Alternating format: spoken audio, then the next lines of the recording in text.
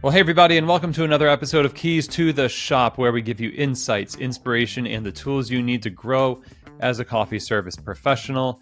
My name is Chris DeFirio. I'm your host for the show, and of course, I'm always happy to have you along for the ride today. And these stories just keep coming. The world of coffee is so huge. The topics that we can discuss, the people that we can talk to and have conversations with and explore their journey, it all serves to give you those insights, inspirations, and tools that we talk about. We've been doing this for quite a long time now, over 1,000 episodes. Keys to the Shop is out here on every platform. So I hope that you have your preferred platform kind of zeroed in on the show, because we come out with a lot of content each month. So thank you very much. Now, today's episode, of course, is brought to you by some fantastic sponsors, our friends Arto Brick in Los Angeles, at Arto Brick on Instagram, and then the Pacific Barista Series, the plant-based beverage OGs in the space. And we're going to talk more about both of those companies later on. So today we're going to be talking with the founder of Yardstick Coffee in Singapore, Andre Chanco. He began his professional career in the world of IT consulting and worked for a multinational corporation before pivoting into coffee quite unexpectedly. He began roasting for a very popular company, one of the foundational specialty coffee brands in Singapore, called Papa Palheta. And he immersed himself in the coffee world and eventually became a full-time apprentice in roasting. And over the years, he took on responsibilities that you would in that role, like green buying and marketing, all of these things that proved really foundational to his future. So in 2013, Andre started Yardstick Coffee, and that was really just a project with his friends from university. That would be Kevin and Jessica. And this was just a wholesale roasting company, B2B wholesale roasting company, and it's grown into so much more. Today, Andre serves as the head of product and brand for the company. This company started, like I said, as this B2B coffee roaster and equipment distributor. Official partners with La Marzocco, Rocket Espresso in the Philippines. They do certification workshops for the SCA. And they have now 9 stores across the Metro Manila area, with plans to open 2 more by the end of this year in 2025. There are other sister companies that have opened since Yardstick has been founded. A home coffee company called Morning, and then also an event called a coffee festival called Coffee Please. Andre's also spun off another company called Standard Supply Studios, which helps with equipment distribution and curates great coffee equipment. So from just humble beginnings of a B2B coffee roastery, spreading into the retail world, and a lot of different other companies that have come from that initial beginning of Yardstick in 2013, Andre and his crew have done wonders for coffee and the coffee culture in Singapore. They're one of the originals in the area. And so this is a great conversation with somebody whose story has produced a lot of opportunities for other people's stories in coffee.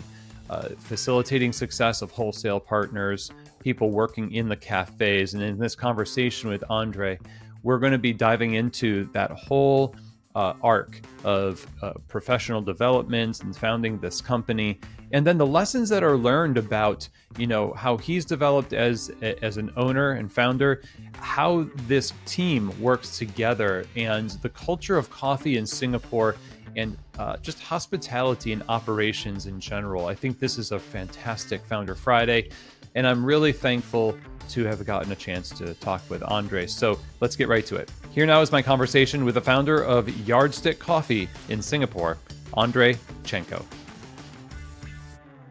Well, hey, Andre, welcome to the show. Really glad to have you with us today. Hey, Chris, super grateful to be here. Thank you for having me. Thank you. Of course. You've got quite the legacy. One of the OGs of coffee in Singapore. Yardstick has been around since 2013, right? That's about right. Yeah, 11 years now. Yep. Yeah, 11 years. I mean, that's no small feat. And before that, you were in coffee too, before starting Yardstick in various roles. And I think that's going to come into play here as we start the conversation with, you know, the idea of being over a decade into your own business in coffee, and then having other businesses. I mean, this type of stuff doesn't fall into your lap normally, just instantly. This is developed. This is as you've developed as a professional. So I guess the first question is like, what is it that made you feel coffee was a profession in the first place? Because that's not normal for most people. For us, it's normal now. But where did you come from, and how did coffee kind of invade the professional space for you? Yeah, I think before Yardstick, there were, I would say, a couple of steps. I was in corporate post university, so I was doing kind of systems consulting for a Okay. consulting firm, and then on weekends I would visit a cafe, and then, as you know, it's downhill from there, right? In the most positive way. I just tasted coffee from a local roaster in Singapore. And I guess that was the light bulb moment. Like, hey, like, how come coffee can taste this good?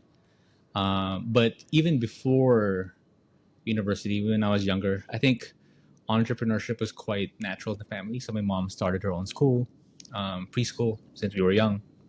Uh, so I was in that kind of environment. So even when I joined corporate, I was like, I'll be here for like 2, 3 years and then do my own thing. Mhm. And I think what was beautiful about coffee was, at least on hindsight, and back then, is it allowed me to do several things apart from just making coffee.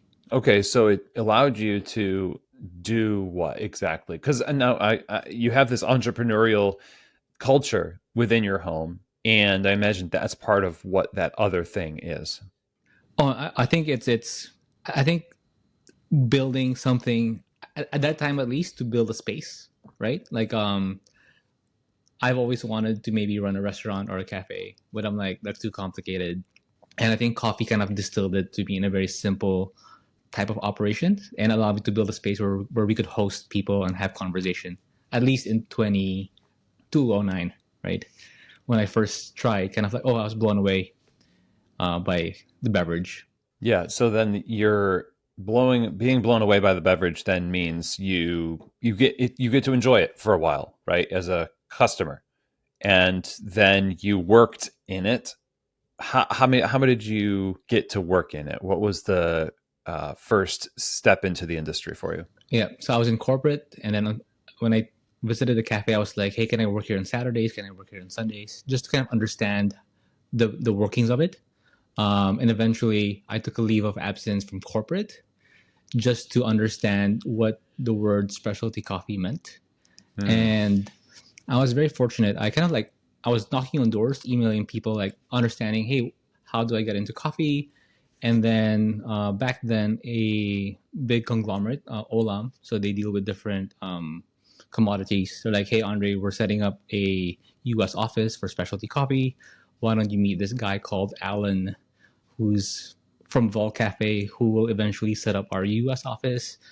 So I sent a few emails, and then they're like, "Hey, Andre, fly to the U.S., visit this place and this place, this person, that retreat," and to me that was like mind blowing. So he set me up with everyone from the east, from the west coast to the east, from the intelligentsias to the stump towns, and kind of because I think Alan's been in the industry for quite a while, so he was like, "Hey, Andre, knock on Doug's door. He'll talk to you about roasting." And then, so to me, that was an eye opener where when I first tasted coffee, I did not know about the roasting part of it. But that kind of US road trip for a month gave me a different perspective about, oh, so before this cup happened, there's this thing called sourcing and roasting. And to me, that changed the business model, to be honest. Like, I thought I would be confined within just four walls, but with roasting, I thought it was a more scalable business than running a cafe.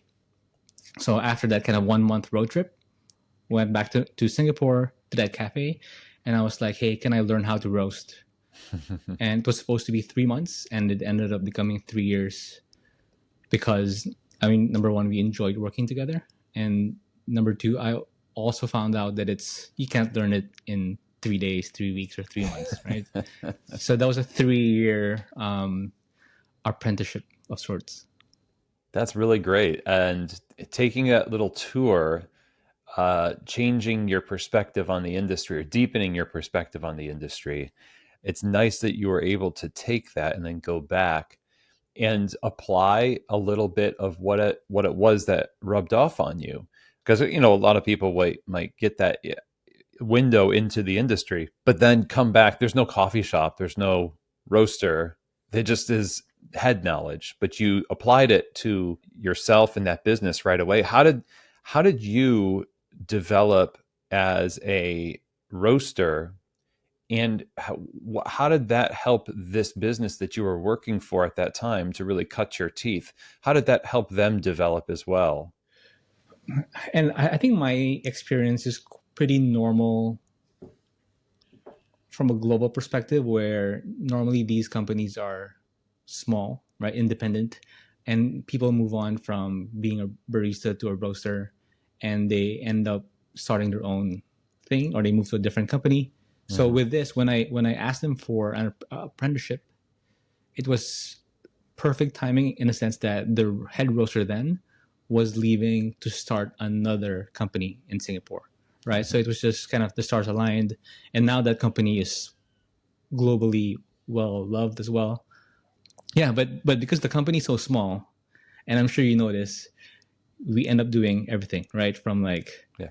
making coffee in the weekend, roasting during the weekday, figuring out our online store, trying to learn how to market, this washed Ethiopian coffee, getting our feet wet, visiting Origin, which was very fortunate. Now that I look back, yeah.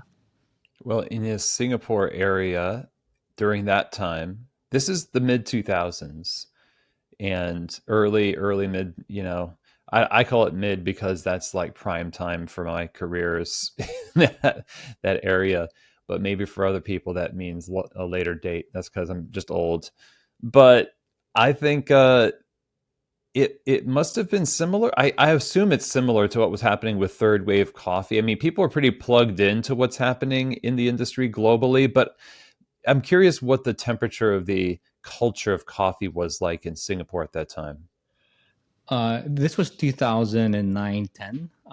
And if we look at kind of, yeah, as you mentioned, kind of, it was kind of, I would say it's formative years where I think Stumptown, they were pretty early, but Square Mile was in '08. Coffee Collective '07. I think the guys down in Melbourne, like Market Lane, Hmm. Seven Seeds, '07, '08, '09. And with Singapore, what was happening was Singaporeans will be going to university in Australia, Melbourne, Sydney, and then they would get exposed to the cafe culture and replicate it back home, Ah, right? So Singapore then was very much influenced by the Australian coffee scene, but it was also kind of like the starting of third wave in pockets of cities around the world, right? And Singapore's is very much connected, as you say. okay, yeah. So the influence of that particular movement was kind of hand in hand with what was happening in Singapore. So the standard for service and coffee, and maybe the prerequisite of having an obsession about coffee and pour overs and single origin espressos and that kind of thing, was that a hallmark for that, for you all, at least in the 3 years that you were roasting and helping this company develop? Yeah, I think for sure. I think it's I think from sourcing single origin coffees, different brew methods, and translating that experience in a cafe to someone who is brewing coffee at home. I think that Hmm. movement was happening globally, right? People were just, hey, now you can have this great experience in a cafe, but guess what? Here's a V60, here's an AeroPress, and everyone's giving you a brew guide on how to make a coffee. And well, it's back in the day, but I would remember watching all these videos on YouTube and reading forums online. I think back then we probably didn't have kind of formal education, and so much of what we were learning back then was what was said in this forum and in that discussion. And Hmm. at least for me, is in that 1 month in the US, I was just really impressed by how generous people were. Like, I was going to ask them, what are you doing? Why are you doing this? What temperature is that? Right. And Yeah. I think that's what makes our industry special. That I think by default, we just want to share what we're doing. Right. And I was a customer then. I was like, oh, it's pretty cool. So generous rather than kind of like keeping it to yourself. And in Singapore, it's pretty much the same thing in 2009, 10. I think. Okay. Yeah. And the idea of I don't know where I've got this impression from, but I think it's just general hospitality, hotels, and things like this, where the expectation for hospitality in a place like Singapore seems like it would be higher than the average city. I think it's I think this the standard has changed over the years and for the better. I think what is challenging with Singapore in general is costs are expensive, right? And when you're running hospitality, food and beverage, margins are not very thick, right? So every kind of parcel of that, whether it's labor, rent, and I think Singapore's one of the more expensive ones in the world. And 11 years later, it's challenging. Like looking at kind of the Singapore industry and landscape, I think it was much easier back in 2009 to 10 compared to today. Unfortunately, Really, it just got more yeah, expensive, harder to do business. exactly, and it's I've never. There was an article 2 months ago where last year 3,000 food and beverage establishments shut, right, in a very small Wow. country. So that impacts wholesale accounts, or even the willingness to start a coffee business, right? Hmm. And that's also, I mean, with respect to the Singapore government, they're so helpful with grants and support to start your own business, and still there are the kind of external challenges that make it difficult to run hospitality or food and beverage or coffee in Singapore today. The passion for starting something is always high with coffee. I think it's constantly people are, I want to start a coffee shop, I want to start a roastery, and they do, and they can, and they get those grants. So, barring external factors, as you just described, what was it about the brands that stuck around back then that helped them do that? That they had the same kind of, maybe they had the same kind of external environment that everybody else did, but what were they doing that helped them really have a good foundation?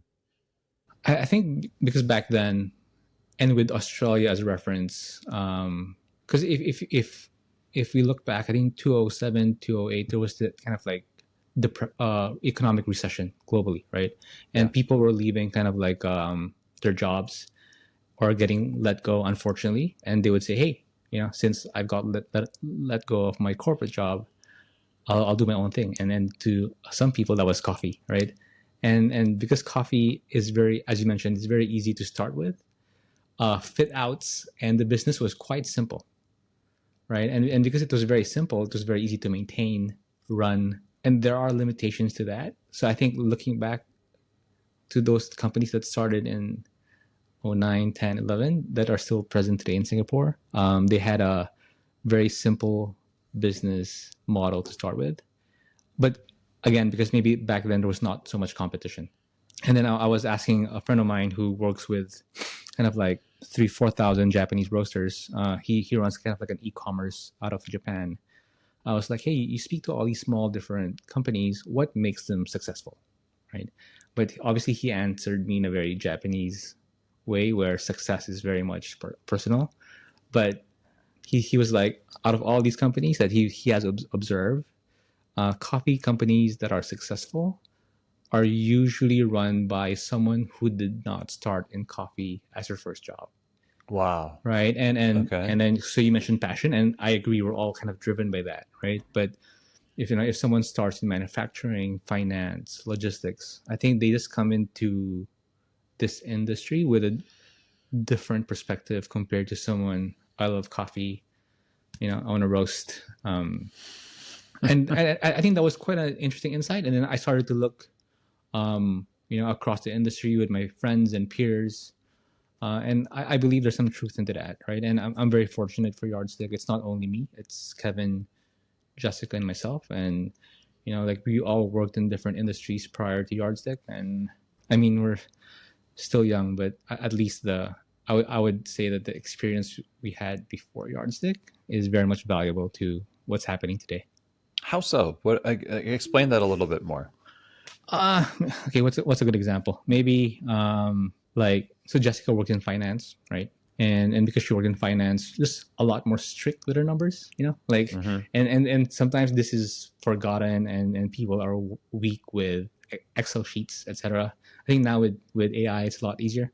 For me, where was I? I was in corporate consulting. Every day is a new day. Problem finding, solution finding. So that was the nature of the job. And I think entrepreneurship and coffee is the same thing, right? Like coffee it's not as fast as technology, but it's changing, every day, right? Yeah. So new processing methods, new ways to make coffee, right? Like tariffs and how that affects your business. So basically, you're forced to be on your toes as a business owner.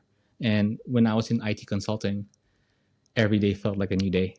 So the muscle of vigilance and awareness was really something that sounds like helped you, whereas a coffee passionate person might have blinders on to a lot of the things that you were trained to be aware of, and it's just part of your nature. I'm sure we also had the blinders on at the beginning, right? I think like back then our roast was super light, right? And everyone's saying, "Hey, your coffee's too sour," Yeah. etc. And then I think one of the because they're like, "Hey, Andre, what did you do well at the beginning?" But I always remember kind of like what we did wrong was when we started in 2013. The world has progressed, at least from a specialty coffee perspective, right? They're kind of like Tokyo has moved on, Sydney has moved on, Chicago has moved on, Singapore has moved on. So when we started Yardstick, we skipped a lot of things. And like I didn't have brew cards anymore. I'm like, that's so 2010, right? But and then someone told me, hey, Andre, for Australia to reach this, they had this long history of Italian coffee culture, and that's why Melbourne has a rich coffee culture, right? But I skipped all that, kind of like learning that gap, and I wish I could do it all over again and kind of like start slower for the Philippines. Interesting, interesting. But now it's 11 years on, and when you started Yardstick, you might feel like you skipped into some things that you needed to learn. Everyone learns certain things the hard way. Some people, they learn these lessons only after a year or two. Can they look back and say, I guess I did learn something in that moment? What is it that you learned from your experience in roasting and coffee before you started Yardstick that helped you just in the first couple of years of beginning that company?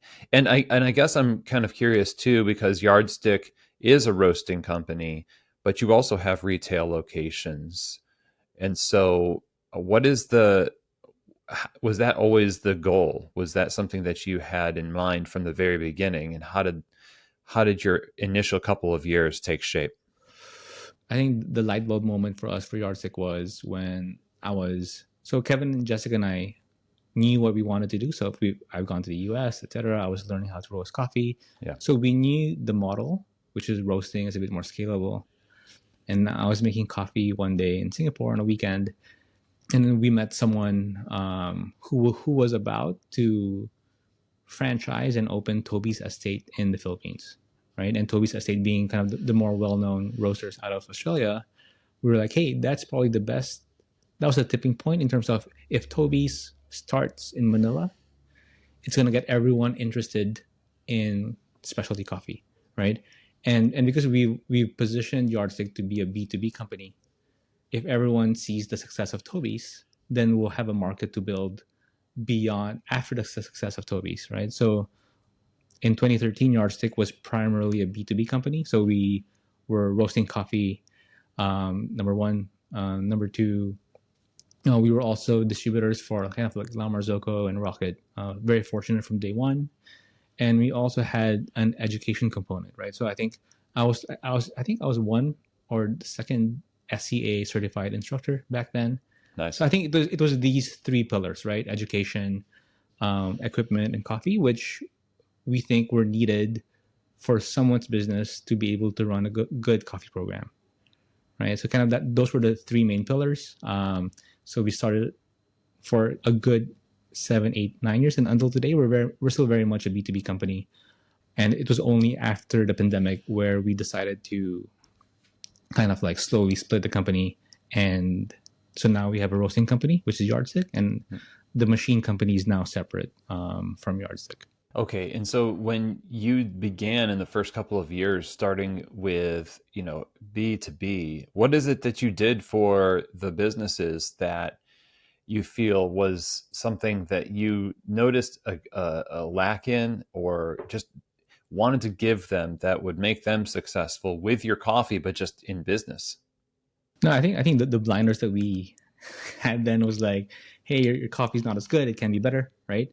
I mean, at a very fundamental level. But I think what we were noticing was people were starting to travel and from outside the Philippines and coming back.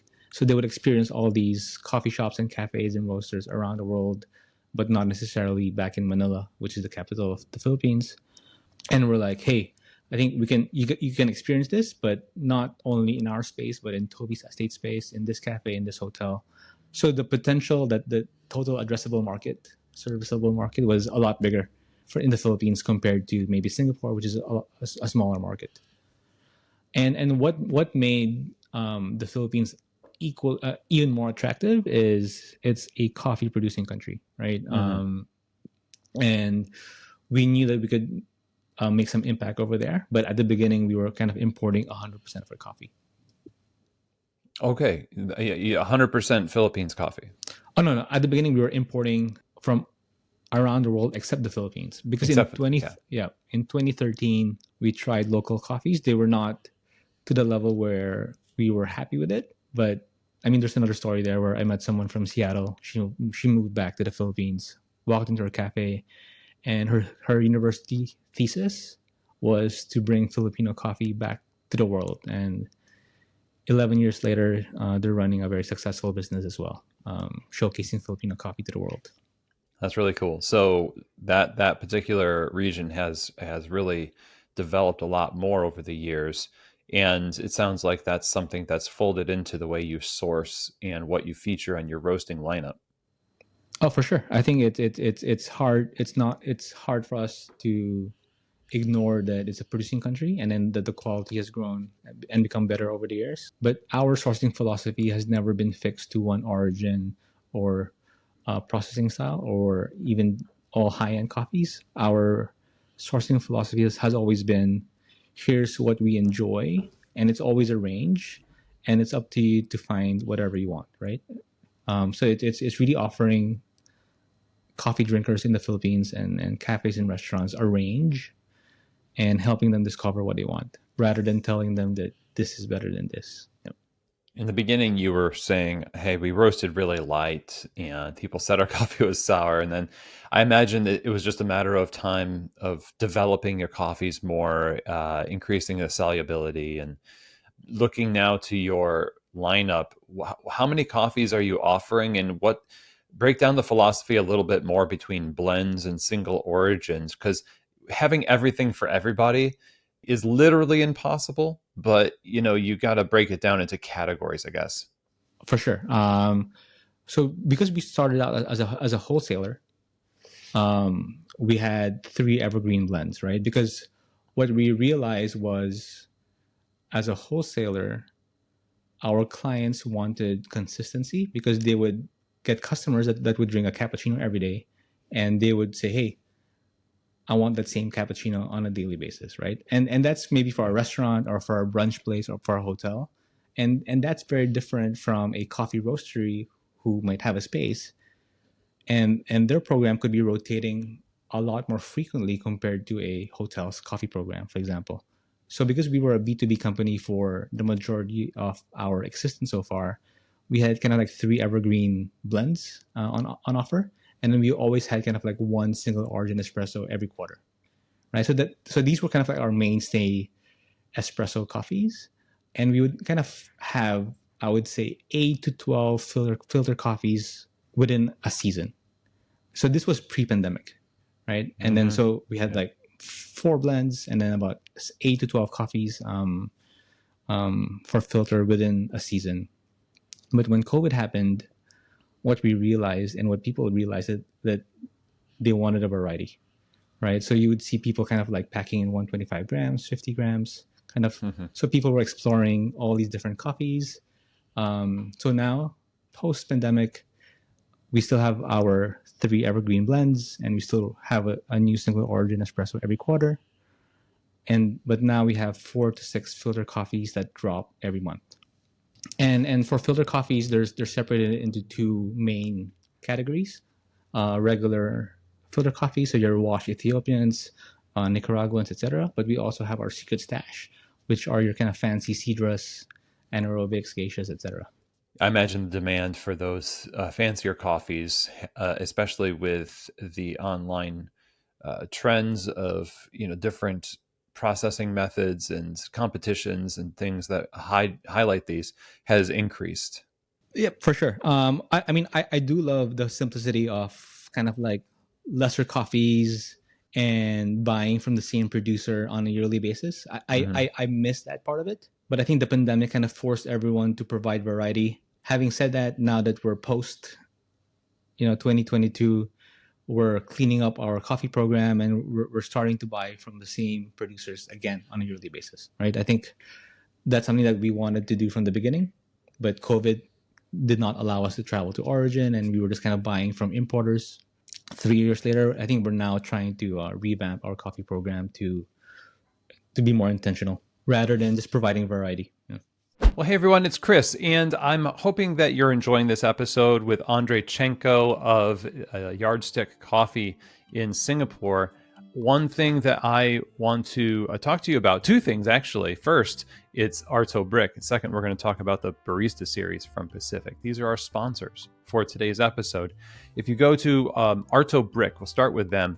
Tiles, stonework, hard surfaces. These are things that your cafe is made up of. Literally, it's the substance of your cafe. And if you want your cafe to be beautiful, unique, and substantial, and have a literal great feel, this is the company to link up with.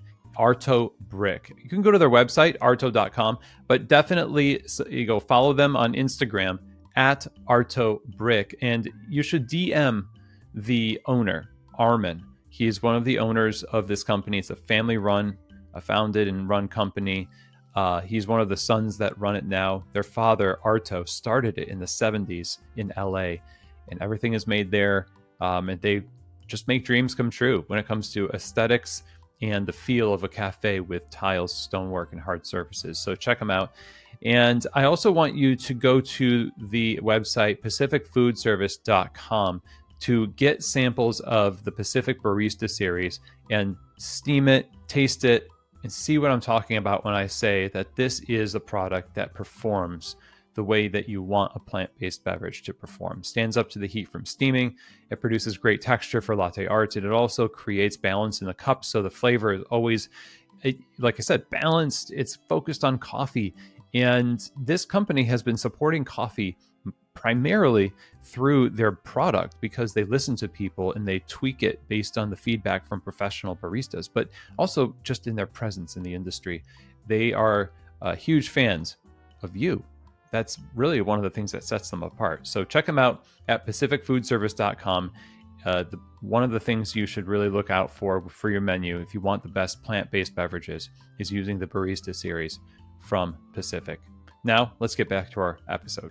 Showcasing coffee and showing what it can do, and you can do this in your space too. You mentioned your space. Talk more about that and what it is you want to demonstrate to wholesale clients, both in coffee and in service. Great question, Chris. So for about 8 years, we only had one space, and that space was kind of like a roastery workshop and our show space for what we do.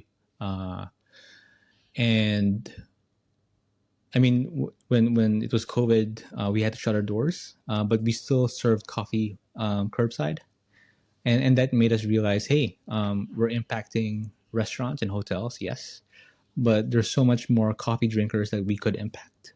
So therefore, post pandemic, we're like, hey, yes, the B2B business is great, but let's start to open more retail experiences where we can push the boundary of how coffee can be experienced. And that's in the name for us. I think so prior to this call, we had a meeting with like an HR culture consultant, and so much of the conversation was maintaining the culture in a room when we are just 8 to 10 people, but now we're 180 as a company, and how culture is changed and maintained and developed over time.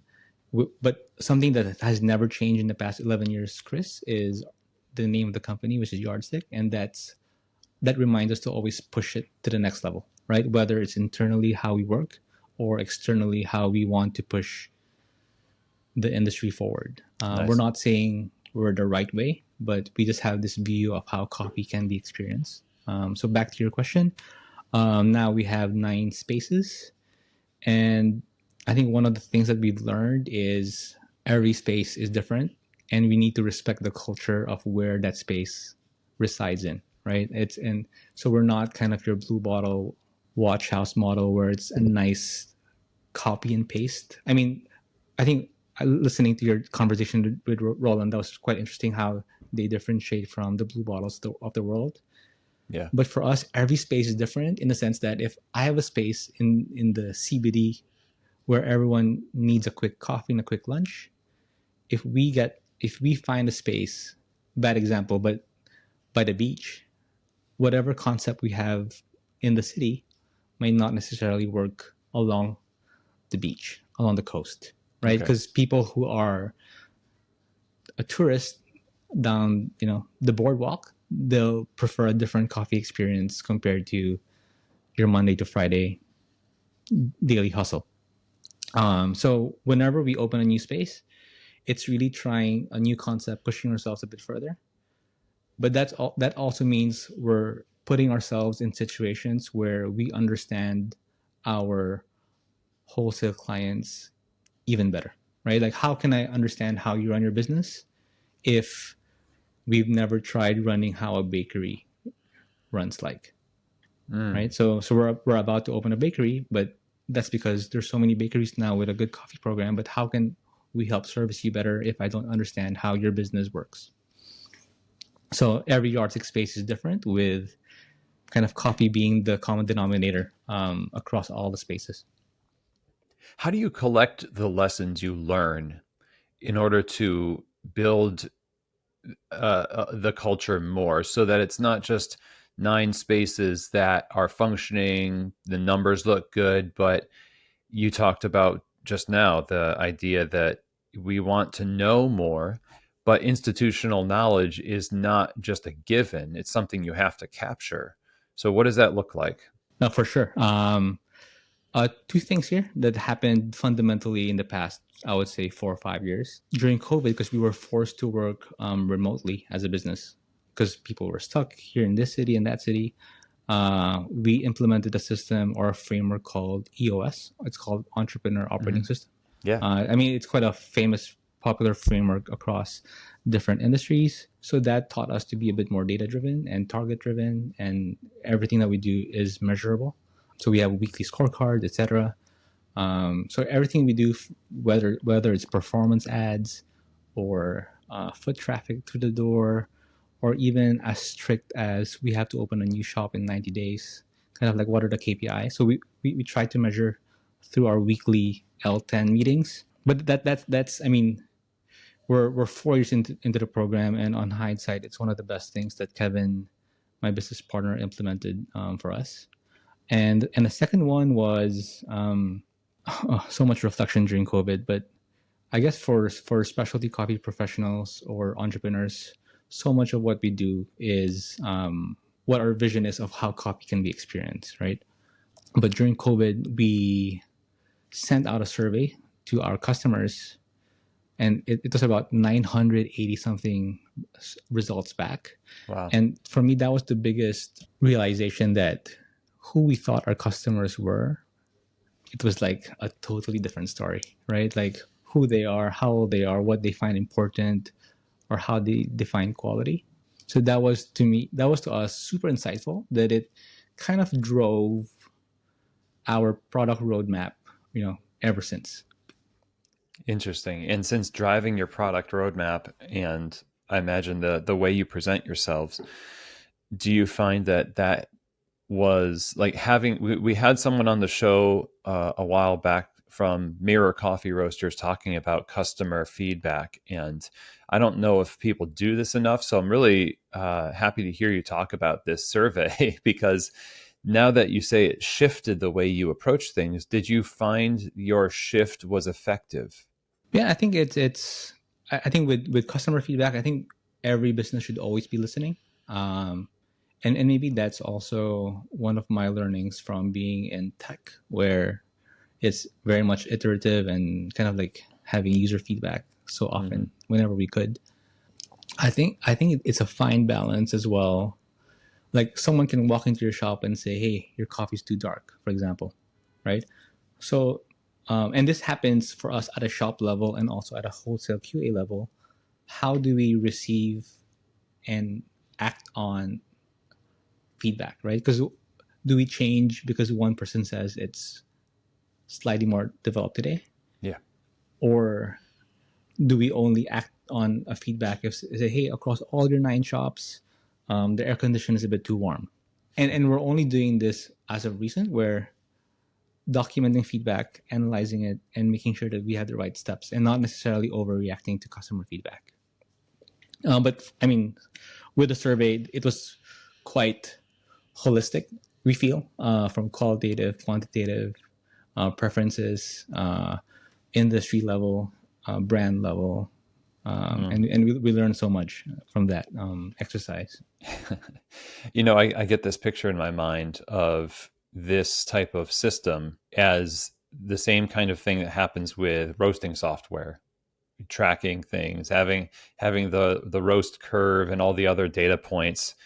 And in the end, it's so helpful to have as a tool to aid you in what ultimately is the taste of the coffee.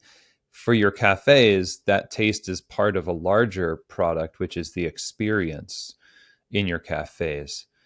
What's the universal experience that you want people to walk away? I know it's different you mentioned the CBD and other places, but what's the universal experience you want people to have?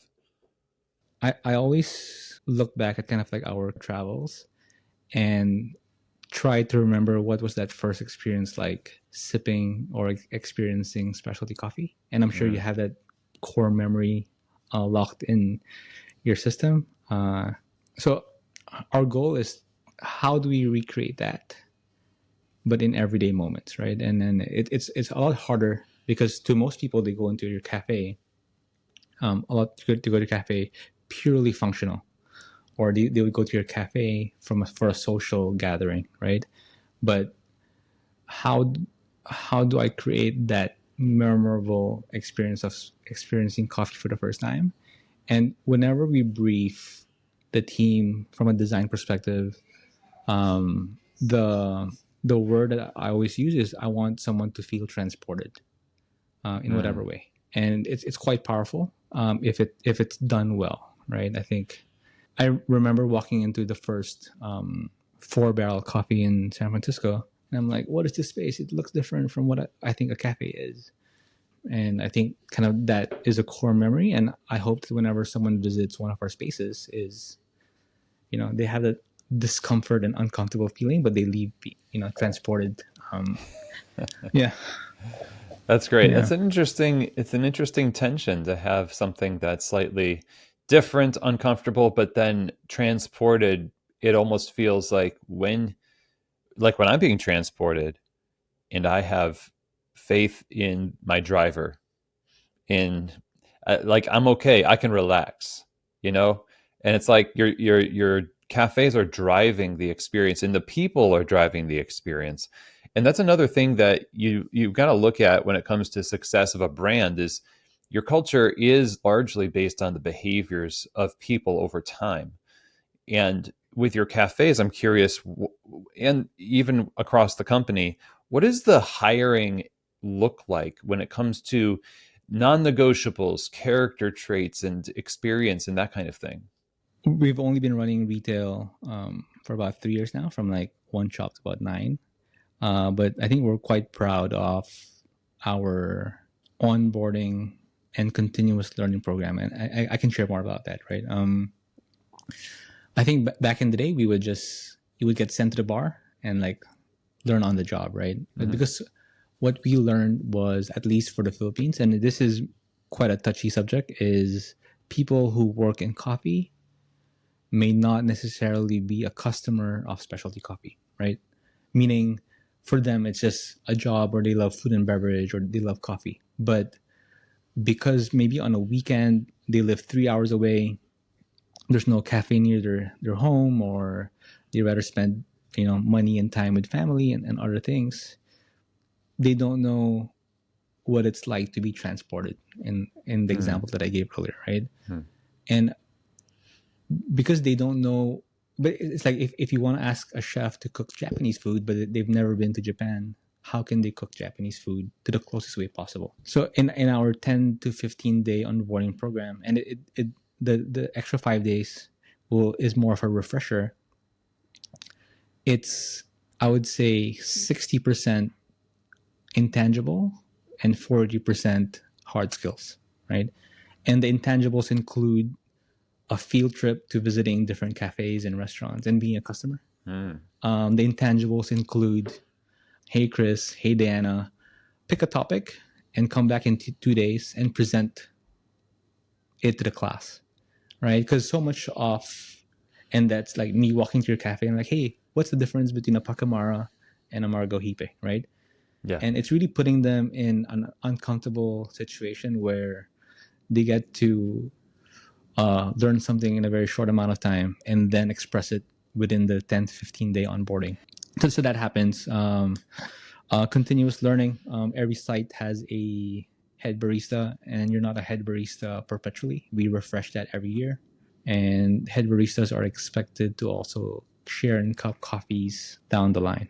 And until this day, I still, at 170 people, I still do the last interview for anyone on the floor, just to make sure that we're keeping everything in check, from at least from my vision of how service should be within the space.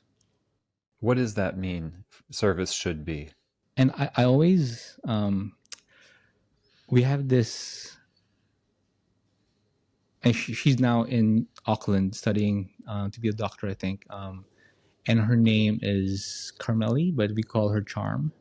And what was great with Charm was, it was her first job with us, but we would get questions and compliments from customers saying, hey, does she own the business, right? And does she own the business? And looking back, I think people felt that Charm owned the business because she cared a little bit more. And I think that is not learned over 15 days. I think that's learned over time. So much of my questions during that last, my interview is only like 10 to 15 minutes, is, so back in the day when HR was like, hey, Andre, this person wants to start like his own cafe, let's not hire him. Now it has changed to, let's hire him or her, because if they want to Yeah. start his or her own cafe, I was in that spot 10 years ago, they will care a lot more than most, right? Mm. So I think Yeah. that caring a little bit extra, whether it's for the coffee you're dialing in, or whether that customer in seat number 4 needs water refilled, I think that's kind of the intangible that we're finding. It's a lot more difficult, to be honest, to achieve. Yeah, that is difficult, but that ownership that people have innately over the space and the thing they preside over. I'm reminded of what you were talking about at the beginning, where with systems consulting, you're looking at the in aggregate what it produces. and all the systems have to work together to produce this thing. So if you're considering the cafe as a system, a person who is a barista working to extend themselves beyond the counter to the corners of the cafe, to the patio, to the bathroom, and all the practical things that you feel like this is the experience of coffee. It's not just the pour over, right? That is a form of awareness that I think every professional should aspire to. Um, I envy kind of like single shop businesses or concepts because you get to kind of hire and retain the best within a single space. mm, But then I guess I took it upon ourselves to say that, okay, we have 9 shops, then it only means that we get to train more people and share more coffee to other people. But it also means it's a lot more difficult to kind of like maintain and develop that culture. yeah, I mean, but we're enjoying the challenge, and that's why before this call we had a meeting about culture. yeah. I mean, that comes with. I think you're painting a rosy picture of your your 9 cafes, and I feel like if I say that word 9 cafes often enough, it's going to induce a lot of anxiety in most people that are hearing it. It's a lot, and so when it comes to problem solving, I mean, you've got a team, you've got people, you've got head baristas or lead baristas, and you've got managers, no doubt, throughout the organization. How do you gracefully address issues to help that culture continue? Because it's not just, hey, these are great opportunities for us to give more coffee. It's also we have to protect the culture. Sometimes there's problems, there's challenges that aren't fun to deal with. For sure. And I think I listened to one of your shift breaks for this, where as much as we've developed all these systems, I think part of what I'm learning now is to let go and to delegate and to trust.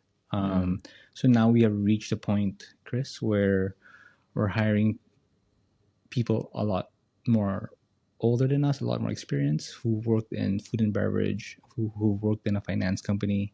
And I think being surrounded in our L10 meeting with a team of 8 or 10 of us who are a lot smarter than us, I think that helps kind of like tackle what you mentioned, which are the challenges and issues. I mean, since you mentioned 9, it's at least so that's how we tackle it at a management level, and eventually we have different roles and positions within each location. At least at my level, where I still care so much about the brand, is, like the more shops you are, the less sexy it is, right? Or there's this perceived notion of quality cannot scale, right? So at least at a brand level and or a perceived, because small will always be beautiful, at least with specialty coffee, like, as we open more touch points, how do we grow the company to dispel those myths yeah. that quality can't scale, that people can't scale, that authenticity and culture can scale. And it's honestly still a work in progress for us, Chris. And it's an exciting challenge, to be honest. Yeah, and that it is a challenge. What I was thinking is that even if you're really big, and let's just pick the biggest entity out there, whatever corporate store you want to think of that's global brand, Luckin Coffee or Starbucks or something like that. For a customer, if you put yourself in their position, it is a small experience because it's their experience, and that is a interesting way to, when you go about interviewing every barista, when you go about having the leadership that's necessary at each location to make sure that that particular store runs the way it needs to run, it's a respect to the customer. It's an honoring of the customer's perspective, which is you could have 1,000 stores, but this is my store. I mean, I've never, that makes so much sense, and I've never seen it from that angle before. But yeah, I think there's truth into that. And what we're learning as well is for that customer to feel like it's their store, there's a high correlation with our real customer, which is our employees, right? Because if employee turnover is high,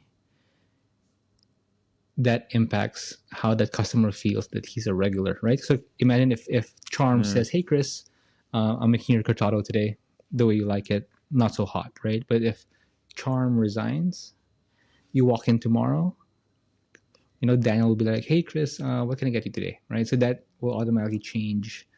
So there's this correlation between treating our primary customers or secondary, which is our employees, and yeah. if we figure out that recipe for success, then it should all trickle down. Because I mean, we say we're in coffee, but the broader, like, we're in hospitality industry, right? So much of it is relationships and people.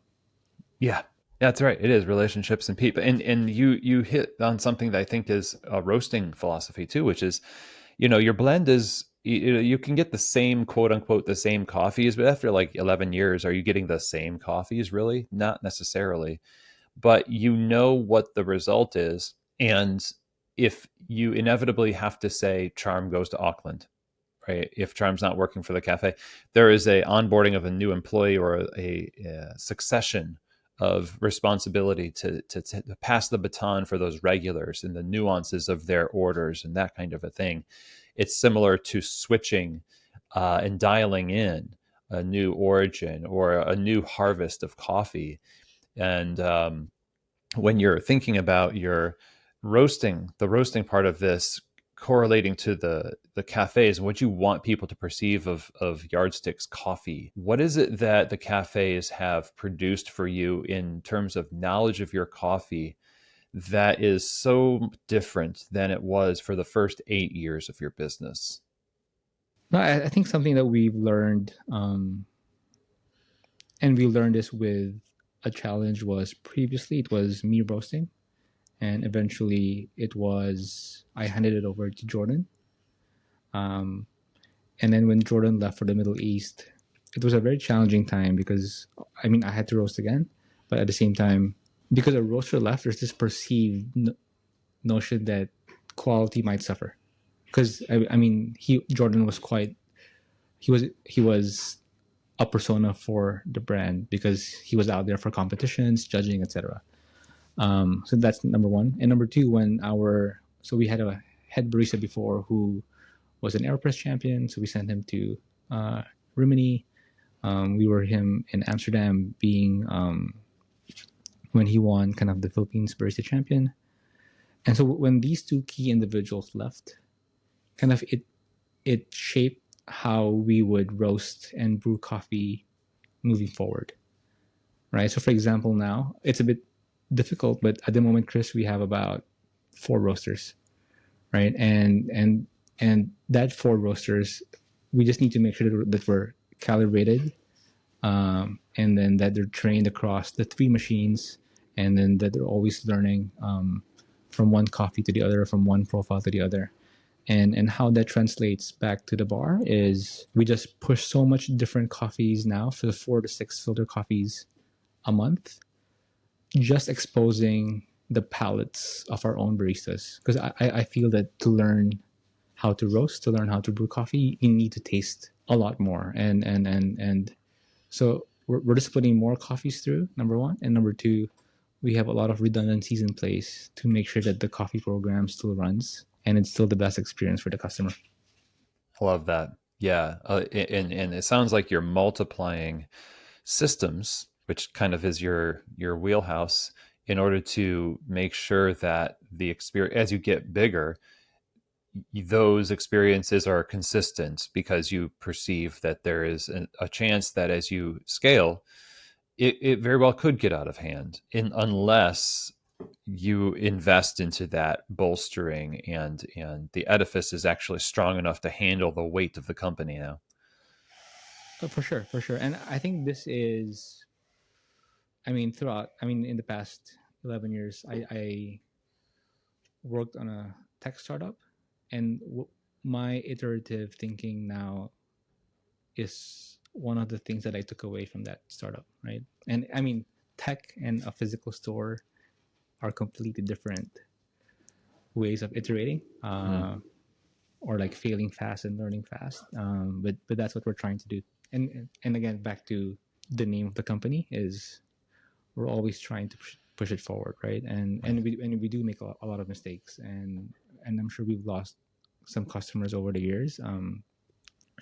But I think for Yardstick, I think we understand our place in this bigger puzzle, and then we're just trying to keep reminding ourselves of that role that we have. Yeah. Well, I only have one or two questions left here for you, in particular about you. You know, you've changed in the years in coffee. What is it that's different about you today than you with stars in your eyes about coffee when it was that like the first year of business? Oh, uh, I think it's still. I mean, Kevin and Jessica and I, we still have a vision for what Yardstick should be or could be. But so much of, at least for me now, it's not so much what I want for myself, but what is good for the company, right? And then, because I mean, with 170 people, that's maybe 170 families, right? So there's a lot more responsibility to make sure that not only are we the yardstick of how coffee should be experienced in Manila or the Philippines, but how can we be a yardstick of running a small company, small to medium sized company? Because I think any entrepreneurial journey is slightly self-serving to what we want to share to the world. But now, 13 years, 11 years later, it's finding that balance of, you know, what the vision is, while at the same time keeping the boat afloat. Well, final word to entrepreneurs and operators who want to kind of develop their businesses in a way that also cares for people, cares for the customer, but also the people that are making the vision a reality. Ooh, I think it's, and I'm not sure. Maybe it's our character, or maybe it's an Asian trait, but I'm sure it's present in most business owners. Sometimes we're afraid to ask or too shy to ask. But I think my number one advice is it's okay to not know and ask someone else for help. Right. And at least with, and I was not shy about it, right? Your podcasts have shaped how we run the company as well. And that's kind of me listening to your advice and you asking questions to other entrepreneurs. And I think ask questions and don't be shy about it. Yeah. That's awesome, man. Thank you. And I that's good advice. We do mention on the show often that these are conversations you're listening to, and conversations are accessible to you as well. You can go have conversations with people. It's a good idea. Andre, I appreciate your time. I appreciate you sharing your story. And I think people should continue to learn more about what you do. So, where can they go online to get plugged into that world? I mean, first, thanks, Chris, for having us on the show. I think it's apart from listening to you on my flights, it's good to have a conversation today. And for kind of like what we do as a company, it's, I think, I mean, I'm on LinkedIn, but at Yardstick Coffee on Instagram, and our website. I think that's where to keep up to date with our constant pursuit of pushing it to the next level. Excellent. Andre, honored to have you on the show. Thank you so much. Chris, appreciate it. Well, everybody, I hope that you enjoyed that conversation with Andre Chanco. Huge thank you to Andre for sharing the story, for being so open about the lessons and details of how this company was founded, how it's succeeded all of these years. And I definitely think that this holds a lot of insights that will help you in your business as well. If you want to learn more about Yardstick Coffee, you can go to their website, yardstickcoffee.com, and definitely check out their Instagram, which is, as you might suspect, at Yardstick Coffee.